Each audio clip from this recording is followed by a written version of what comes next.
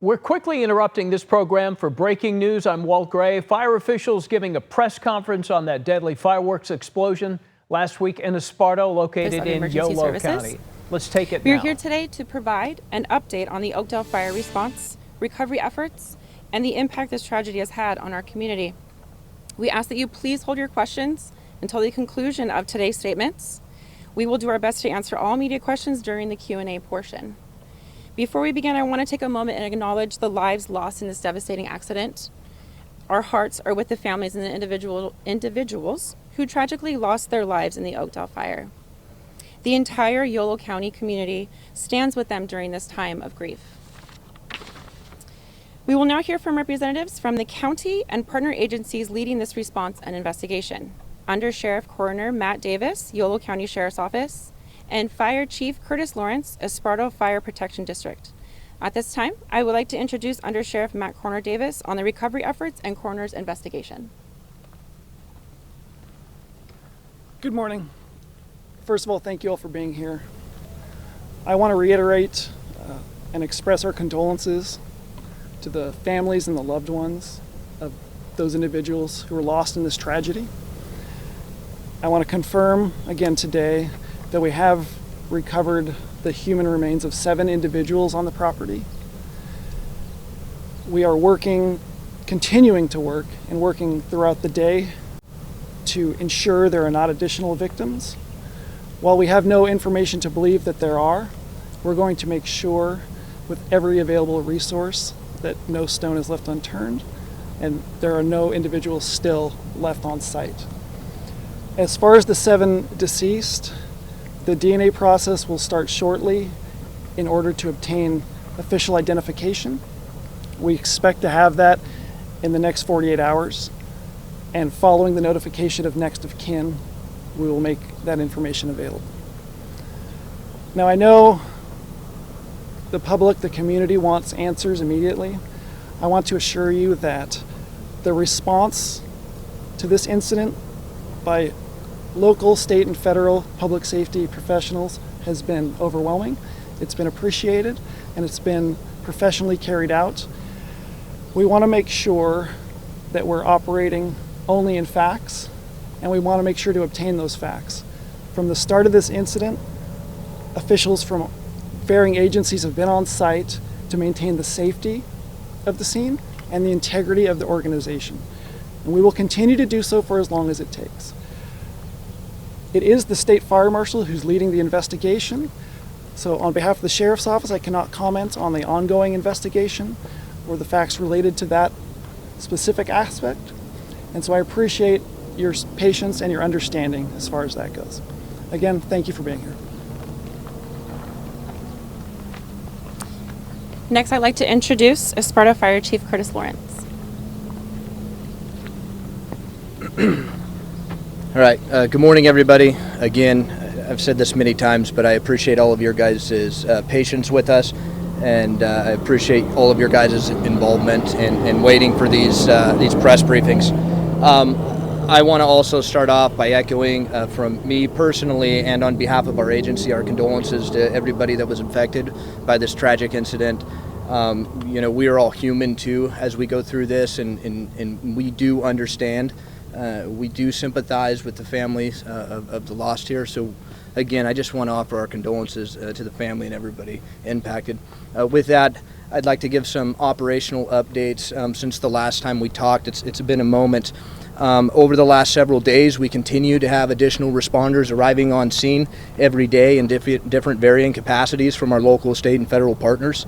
As mentioned before, recovery efforts were our primary mission, and those recovery efforts have been for the most part completed, and we continue to work in the area to mitigate the hazards of the undetonated explosives. Throughout the last 2 days, we've been gathering those types of devices and conducting burn-off operations, as we're calling them, to immediately remediate those hazards and issues right here in the area. As mentioned earlier as well, the Office of the State Fire Marshal Bomb and Arson Unit Again, early in the incident, we recognized the magnitude and the complexity of this incident and knew it was beyond our department's capacity, and we've asked for their assistance. They have graciously done that, and they're here with their local, state, and federal partners and are continuing to do that. They're continuing to support the coroner in their operation and in their investigation. Continuing in as we start moving through this, I'm going to say recovery and restoration portion. The last several days have been very fire department recovery type of procedures and operations going on, and we're slowly transitioning into a law enforcement based incident. Our agency is going to remain here, and we're going to stay supportive of all the partners that are here assisting us, because we're very thankful for that. We couldn't make it through an incident like this without them. We're going to stay in unified command and assisting them, but we are slowly transitioning into more of a law enforcement presence and investigation. I did speak with the Office of the State Fire Marshal prior to coming up here to give you what information I could on that, and really the comment is, again, they are working with their local, state, and federal partners and assisting in every which way they can. Given that it is an ongoing investigation, they don't have any comments, but they're committed to assisting as they have been, and we're appreciative of that. And with that, I just want to say thank you to all of you guys for being patient with us, and I really want to express personally my condolences to the family, and I hope that we can continue to get the information to them that's going to help them move into the recovery and start to be able to grieve appropriately. And thank you guys. All right, well, at this time, I'm going to open up questions, and I will direct your questions appropriately to the appropriate representative. I do want to note that we will not be doing pull-away interviews at this time. And also be aware that we will not be answering any questions regarding permits. More of that will come about later. Go ahead. Hi. Can you talk to the fact that we found out that a Yolo County Sheriff's Lieutenant owns the property, his home was destroyed, as well as a volunteer firefighter owns a fireworks business linked to the same address? Again, regarding those details, we don't have exact details on that yet. We don't have all the information, and we want to make sure we have all that information prior to just going out with something. So we'll have that information at a later time. Are those two individuals still employed with the respective agencies? At this time, I don't have that information. Would you call that a conflict of interest? I don't have that right now, but that's something that I will go back to our staff and discuss that. Have you been in contact with those two individuals, the sheriff's deputy and the volunteer firefighter? That'd be a question. I have not personally, no. And are they being interviewed? Are you able to comment, Chief, on that, whether you've been speaking with the firefighter and whether you've asked him appropriate questions, or is law enforcement asking him questions? So again, at the beginning, from day one, we recognized that this incident was beyond our capacity. And so with that, we are not doing the investigation. The Office of the State Fire Marshal is doing that investigation. I'm not going to comment, or I can't comment because I don't know, what their communications with that individual has been. And whether this is right, wrong, or indifferent, I will tell you that, at the beginning of the incident, I did have contact with our volunteer firefighter because he is a brother in our service and somebody in our community. And so, yeah, we have had, support conversations with him just to make sure that him and his family were okay. But outside of that, as far as the investigation goes, no, we are avoiding any kind of conflict with that. And that is also why, again, this is the State Fire Marshal is the lead on this investigation and not us. Chief, last week I asked you about inspections at the facility. Have you had a chance to go back and look at your records and find out when the last inspection was here? Was there safety checks done? Did they pass those safety checks? And also, why was your department conducting those inspections when you do have a volunteer firefighter who has this business? Again, that is part of the ongoing investigation, and I won't comment directly on all. I can't comment directly on all of that. I don't have all that information, but I can tell you, like I've said before, we were aware of the facilities, and I said we did site visits. I did not say we did inspections. So just to clarify that, site visits were just to be aware of what was here, and that's what I can give you on that. Is that volunteer firefighter still a volunteer firefighter with your department? The volunteer firefighter is currently on a leave of absence. Chief, some families have been concerned about the response initially when it happened with the people that were inside the facility. Can you take us through what was the response initially, knowing that there were people within that building whose lives were at risk? Yeah, and this is a tough thing to discuss, and as an incident commander of an incident like this, it's a really tough decision to have to make. again, it's almost hard to talk about it, right? We always want to put life safety as our first priority. It is always our first priority, but we also have to be able and be professional and assess the situation for what it really is. And given the magnitude of this incident, staring at that incident, knowing what was occurring, we had to make the most appropriate decision to protect the rest of the lives that were at stake. And so we made the decision to conduct the operation that we did, which was more of a defensive operation in mitigating the spread of the incident. Prior to the fire, was this facility known to you? Did you know there were fireworks at the site?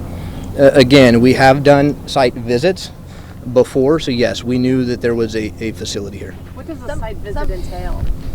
A site visit entails just basically coming on site and understanding what the operation looks like and understanding, that is there. Just having for pre-planning and understanding, what something may look like.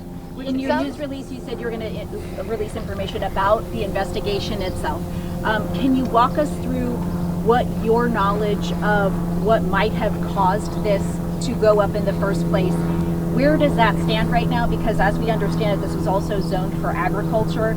And as we all are aware, agriculture supplies can also be quite explosive. Do we have any initial fact-finding as to what went off first? The ag stuff or the fireworks or point of origin even at this point? Again, this is a incredibly complicated incident and investigation. There are so many layers to this, and given our statements from earlier, we are not the lead agency on this investigation. We have requested the Office of the State Fire Marshal to do that, and so I don't have any comments on the investigation, and I can't answer them and I'm not just saying that because I don't want to give it to you. It's because I don't know. I can't answer those appropriately, and we have an obligation as an agency and as humans to make sure that we protect the integrity of this investigation. As much as you all want answers and the family want answers to these things, we have an obligation to make sure that this is done the right way and done thoroughly, so that in the next stages of this incident, as the family begins their recovery process, that we're able to support them with all of the appropriate factual integrity information that they need to recover. So we're going to do our job to make sure that happens. So that's going to involve not getting comments sometimes. It's going to involve us not having the answers to every question, but it's not because we don't want to. It's because we have an obligation to the family to do that for them. Some residents who we were able to speak to, they tell us that they weren't aware that this was a firework warehouse. And I just want to know, since you mentioned that you guys did some visits, do we know if they had the water sprinklers or any equipment necessary to respond to a fire like this magnitude? As this is a part of an ongoing investigation, I don't have a comment on that. Can you talk to the two people who were injured and treated? Who are they?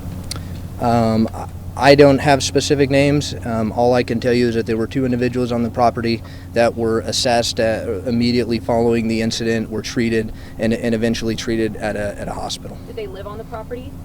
I'm not going to comment on anything further on that. We've also been talking. I was going to say, maybe you could speak to the total number of agencies that are involved and and what their individual criminal investigation responsibilities are, like where you guys would step in for anything that's criminal and where you would not. So first off, we're a fire district, right? As the jurisdiction having authority over fire, we do not conduct criminal investigations. This incident is beyond our capacity, and I've said this numerous times. That is why we've requested the State Fire Marshal or the Office of the State Fire Marshal to assist. This is a very complicated investigation, a very complex incident, and it's evolving every day. The lines between whose responsibility is what sometimes get a little, blurred, and we have to have those conversations and straighten them out. But to that, I don't have any other comments on the investigation because I'm not conducting it. But I also wonder then there might be a point where police step in. It's kind of more of the gist of my question. I'll let them answer that question. In what circumstances would you guys step in, I guess, would be my question. Are there other law enforcement agencies helping you with this investigation? The Davis Police Department, for instance? No, the State Fire Marshal's office is a law enforcement entity. They're handling the investigation. They're the lead. The Yolo County District Attorney's Office has offered assistance. ATF has offered assistance. The Sheriff's Office will assist if we're asked. Right now, again, we can't stress enough, the lead agency is the State Fire Marshal's Office. And they're the ones who are going to be providing answers in the future. So but we don't have them right now. Who's doing the DNA rapid tests today? The Yolo County Sheriff's Office is obviously the county coroner. Okay, and so that being the case, just wondering if those tests could have been done over the weekend, why today versus the day that all of the remains were gathered? Asking on behalf of the family members who've been standing out at the roadblock for now 6 days. I can tell you we've been operating empathetically and with the urgency that the situation demands. There have not been days off, there's no vacations taken here. The deputy coroners have been working nearly around the clock at this, and they will get those answers. They understand that they're needed and they're wanted to bring closure to those individuals.